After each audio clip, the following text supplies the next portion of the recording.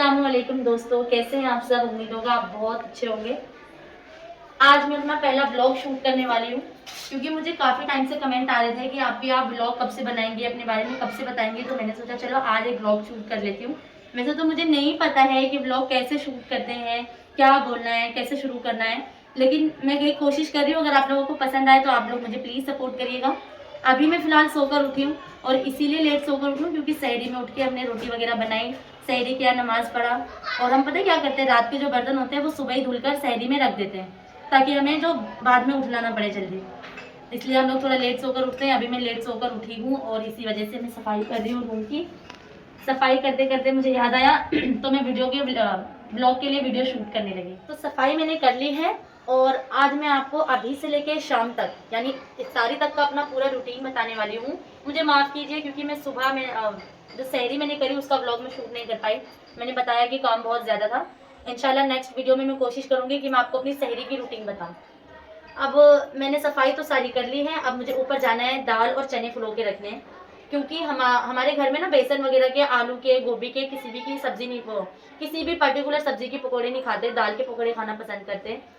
तो मैं अभी दाल भिगोने जा रही हूँ और चना भिगोने जा रही हूँ क्योंकि चना चाट और चना के मसाला चना तो बिल्कुल कंपलसरी है। पकोड़े और चने के बिना तो रमजान बिल्कुल इफ्तारी अधूरा लगता है। ये तो आप लोग भी रिलेट कर पाएंगे मुझसे। चना और दाल जब मैं फुलौने जा रही थी जब मुझे पता चला मेरी अम्मी ने तो चना और दाल दोनों भिगो के रख दिया है ना अम्मी। कब भिगाया आपने वो? सुबह सुबह जब मैं सोई थी जब भी भिगा दिया। चलो एक काम से तो मेरे को फुर्सत मिल गई कि पूरा दिन अभी बहुत सारा काम है। भाभी भी काम में ही लगी हुई है। भाभी ने भी छत वगैरह धो लिया है क्योंकि हम लोग छत पे ही बैठ के इफ्तारी करते हैं ना अम्मी। और आप लोगों को मैं अपना व्यू दिखाऊंगी। रात में ना हमारी जो घर है ना वो मस्जिद के ही पास है और इतना प्यारा खूबसूरत लगता है, इतना प्यारा व्यू आता है। उसमें गुम्बद बनी है, उसमें लाइट जलती है, वो बहुत सुंदर लगता है। इसलिए हम नमाज भी छत पे ही पढ़ते हैं। मैं जब नमाज पढ़ूंगी तो मैं आपको शूट करके दिखाऊंगी। सब आदमी रोजा रखेंगे, नमाज पढ़ेंगे। हाँ, मैं रोजा रखे हो? हाँ। कितना रोजा रखना है? 30 रोजा रखना है। पूरा 30 रोजा रखना है। चलो माशाल्लाह। आप लोग भी दुआ करो कि इंशाल्लाह हर मुसलमान इस बार 30 रोजे रख सके पूरे मुकम्मल और पूरी नमाजें अपनी पढ़ सके, ना कोई उनके नमाज छूटे और ना ही कोई रोजा। और बाई चांस छूट भी जाए तो आप उनको नफिल रोजे में रख के मुकम्मल कर सकते हैं। तो सारी घर की सफाई तो मैंने कर ली और सफाई करते करते नहाते धोते जोहर का वक्त हो गया। तो मैं अब जा रही नमाज पढ़ने और नमाज पढ़कर फिर मैं आपसे बातें करती हूँ।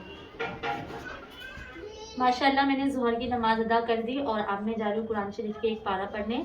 मैं आप लोगों से कहना चाहती हूँ आप लोग भी ज़रूर पढ़िएगा। सिर्फ रोज़ा रखने से रोज़ा कबूल नहीं होता क्योंकि वो फाका रोज़ा माना जाता है। अगर कोई इंसान रोज़ा रख रहा है, वो नमाज नहीं पढ़ रहा, कुरान की तिलावत नहीं कर रहा, तो फिर उसका रोज़ा रखने का कोई फ़ायदा नहीं है। ये फाका रोज़ा में शामिल हो जाता है। जैसे गरीब लोग होते हैं, उन लोगों को खाना नहीं मिलता तो वो लोग पूरा दिन भूखे रहते हैं ना, तो अल्लाह ताला उनको फाके रोज़े का सवाब देते हैं। मतलब आपको सवाब तो होगा लेकिन रोज़े का पूरा अजर नहीं मिलेगा। मैं अभी कुरान शरीफ की तिलावत करने जा रही हूँ और मैं आप लोगों को सच बता रही हूँ, मुझे इतना सुकून मिल रहा है, इतना सुकून मिल रहा है। 1 साल बाद ये मौका मिला है और आप लोग इस मौके का ज़रूर फ़ायदा उठाएं, अल्लाह ताला को राज़ी कर लें।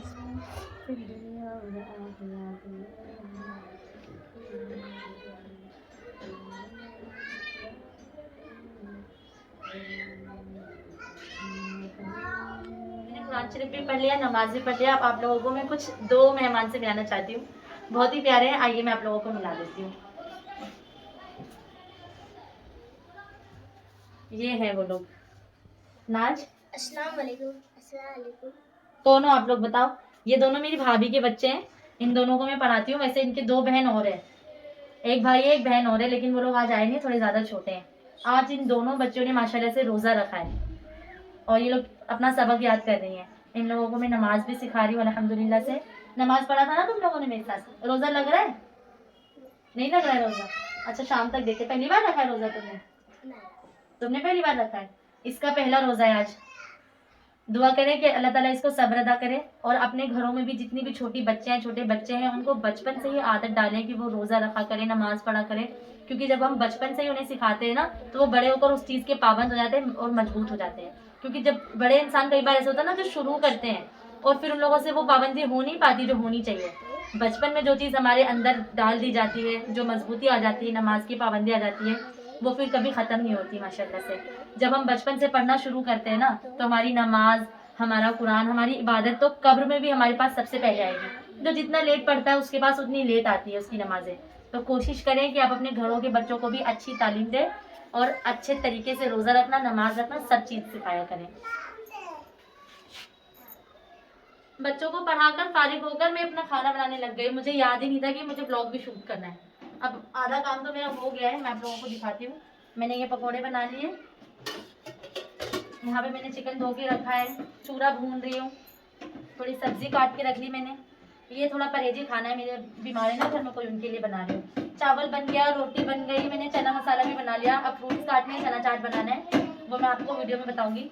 अच्छा भाभी, इसमें चूड़ा में क्या डालना है? चूड़ा डाल दो। चूड़ा डाल दिया, नमक डाल दो। नमक और हल्दी भी डालनी है क्या? नहीं, नमक डाल। मैंने कभी चूड़ा नहीं भुना है ना, कभी मैंने चूड़ा नहीं भुना है। मूढ़ी वैसे आई हुई है, लेकिन हम लोग को चूड़ा खाना था, इसीलिए अब मैं इसमें नमक डाल देती हूँ। थोड़ा ही डालना। ठीक है, हल्दी तो नहीं डालनी ना? नहीं, ठीक है, बस खाली नमक। बस अब मैं सारी तैयारियां करके फिर आपको दस्तरखान पे देखती हूँ। इफ्तारी बनाते बनाते सब कुछ तैयार हो गया, बस फल काटना रह गया है। मैं फल काटने बैठी थी, मुझे याद आया मैं आप लोगों को एक चीज़ बताऊं। इस घर में जब भी फल काटना होता है ना, तो उसकी जिम्मेदारी मुझे ही मिलती है। वो क्यों मिलती है मैं आपको बताती हूँ, कि मैं बहुत जल्दी काट लेती हूँ। ये देखिए, ये होता है मेरा काटने का तरीका। एक बार में सारे केले काट देती हूँ मैं, बस एक एक केला लेके काटने की मेहनत भी नहीं करनी पड़ती। और एक चीज़, ये जो पपीता है ना, हमारे यहाँ पे एक भैया है ना जो ऐसे फ्रूट चाट वगैरह काटते हैं, बेचते हैं, मैंने उनको देखा था। ये छिलके के साथ ही लेकर ऐसे कट लगाते हैं और यूं काट देते हैं। ये मैंने उनको ही देख के सीखा था। ये छिलका भी अलग हो जाता है और ये पपीता भी कट जाता है। चाहे पपीता हो या तरबूज हो, बड़े आसानी से कट जाता है और ज़्यादा टाइम टेकिंग भी नहीं होता है।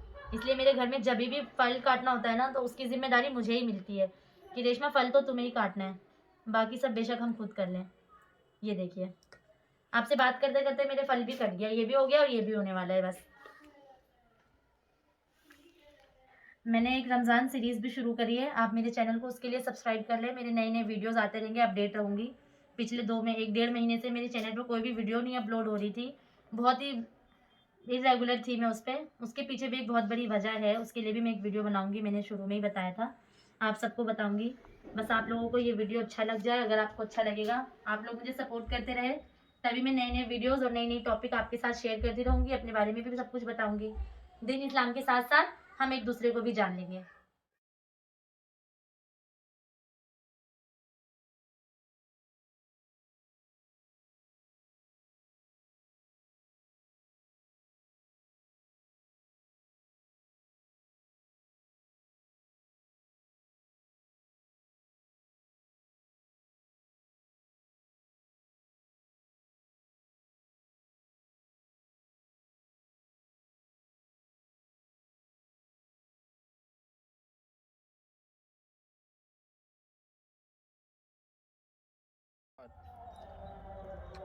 हमें कभी भी रोज़ा इफ्तार करने से पहले दुआएं मांगनी चाहिए, क्योंकि जब भी हम रोज़े की हालत में दुआ मांगते हैं तो हमारी दुआ सबसे ज़्यादा कबूल होती है।